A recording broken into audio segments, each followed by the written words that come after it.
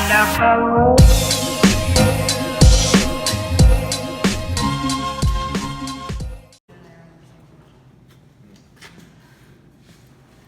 People for the last 14 years. This here's Mariella. She's Girl Friday. She's going to introduce herself to you and click it. She wasn't being smarty. Today is Friday. Oh, stop. Du wax the teen you get. Mary Ellen played cod to a sock. Kutch coteen to a sock. Spling get henach. Chop up the tea. Chet wishki ton. Duck din ton yeti. Duck din ton duck chan. Good as cheese. It's nice to see all of you. My English name is Mary Ellen. My Slinket name is Kutch coteen. It means like a reflection. I'm an eagle shark, and I'm the daughter of the raven and the granddaughter of the raven. Thank you. We also long line for the black cod or the sablefish. We pot fish for spot prawns, and we ring fish for the snow crab, the tanner crab. So we have a lot of gear. All the land around us is all part of Tungus National Forest. So you can't put anything on a national forest beach. So it all had to be on board. We also had two 70-foot docks to tie up vessels to. We have green onions. You can certainly use any onion. I've used them all. You can even use chopped croquettes. They have many names, but they're all basically the same thing. I grew up with salmon. There's no commercial fishery off the coast of California.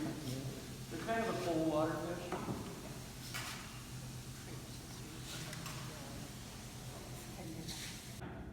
And this next one, a teaspoon of ground fennel seed, I'm kind of fussy.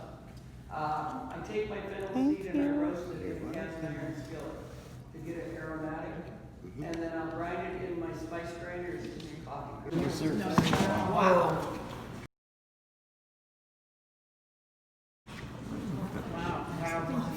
They're so ugly, they're cute. I wouldn't go that far, but I don't know. If you look at the tail, it's kind of odd. Yeah. She had the tail, took it to a taxidermy. That fish weighed 987 pounds. That's a vision, right? Oh. Well, I Googled and Googled till I found a little tiny article on it and a picture of that fish. But it was caught by two Chinese cannery workers, and they were fishing off the beach. The beach. Drag that one ashore. I know, that's been the question forever on that fish. It was caught in the 20s. And in the halibut fleet, we have talked about that fish forever. What we figured they did, they got it in as far as they could. Somebody ran out and put a rope through its mouth and out the gill plate and tied it off. And ran out and tied it to a tree and let the tide go out from under it. And then they just cut it off and managed it as such. It's the only way they could do it. Yeah. Huge. I mean, it's kind of a common sense end of the play. All right, the bottom of these guys is white, right? Mm-hmm. When halibut, all flatfish, flounder, sole, fluke, all of them, they start out upright. They have an eye on the white side of their head, they have an eye on this molted green side.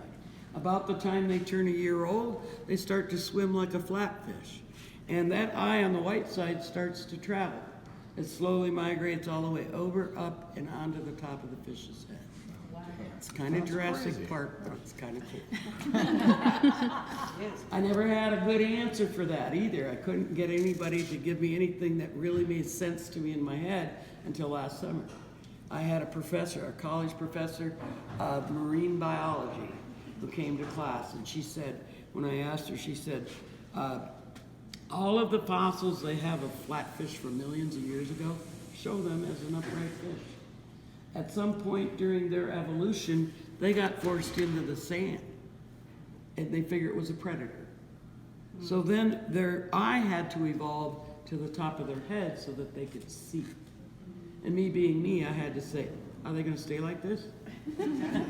She goes, their DNA says you are an upright fish. So down the line, maybe a million years, who knows? Those fish are eventually going to go back to being an upright fish. Yeah, it's kind of cool.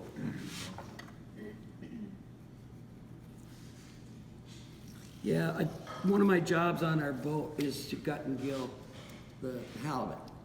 And I have found some incredible things in this gut sack of halibut.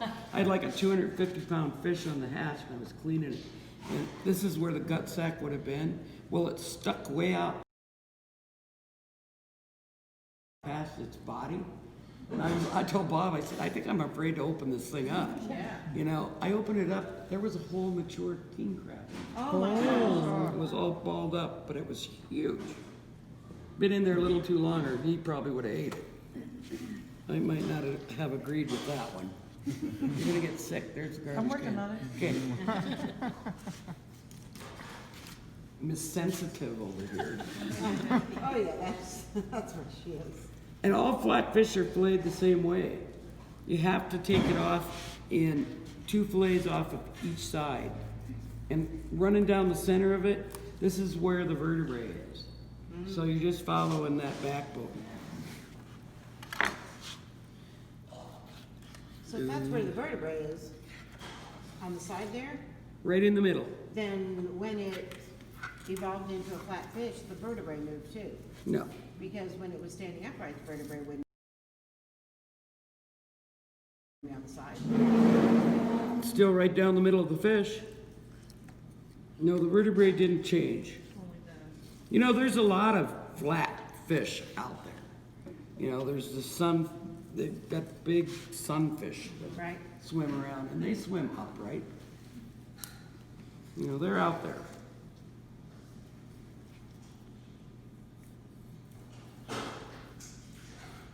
Is the skin not edible No, for those who eat these things? not the same. Halibut doesn't have scales. They have slime. Yeah. Sounds so appealing. Well, you know, you really shouldn't ask these questions if you're going to be afraid. And I trim off all this fat, all this along here. This is all fat. And you've all bought a piece of fish and got it home, and you open up that package and you go, whoa, because of that fishy smell. Yeah. It's the fat that causes it. It's from freezing the fat. If you trim this off, I put a couple 100 pounds of halibut in my freezer every year. It's kind of one of our mainstays. So, and I don't like going out fishing in the dead of winter. It's too cold, too windy, it's too many variables. So we have lots in our freezer, and this stuff freezes really well, so it's all good. It's part of the skin. So when you get done, you have a very nice, clean product. That's very pretty. It's beautiful fish. That is. See, does it look better now? I wish you'd smile. You look so sad. Oh, That dear. Forced her to come. that is her happy face. That's her happy face? Oh Has my. anything to do with fish. Okay, and Shellfish. this was a female. You can see right here where there's a dent right in the side of it here. Yeah. You can't tell by looking at a halibut or a flatfish whether it's male or female till you get into it. And the egg sacs in these fish are kind of tornado shaped.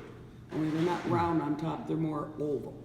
So they're oval on top and they taper down, and this is where the tail of that egg sac comes.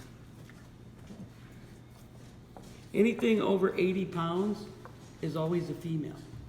The males don't get very big.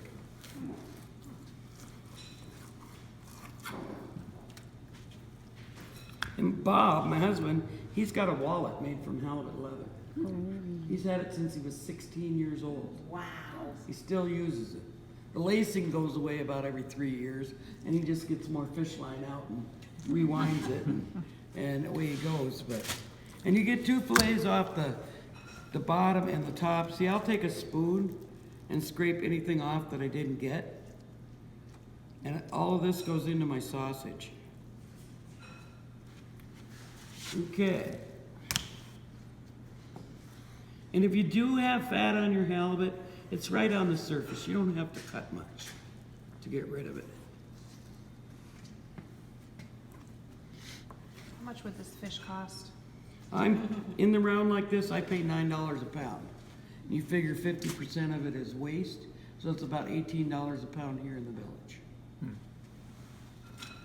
It's just not a cheap fish. And you know what dictates that? The price of diesel. You figure the fisherman's got to fuel up and go out to get the fish. That's diesel.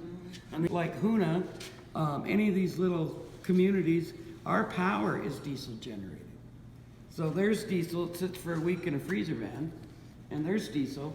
And then they get on a barge and they spend 5 days going to Seattle with diesel. They're plugged into a diesel generator, that tugboat's running diesel.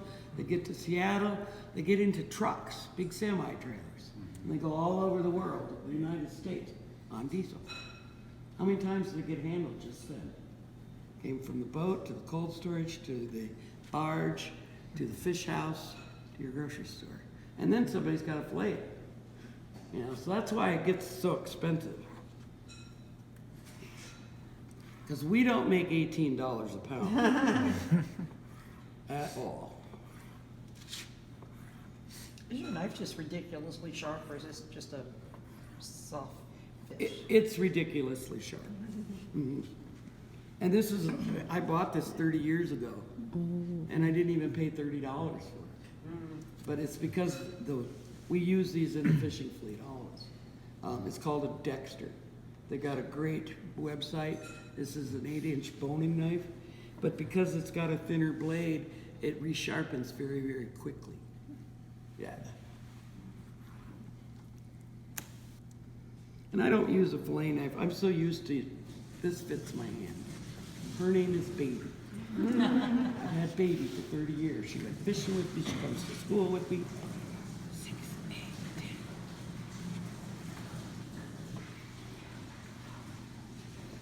10. Okay.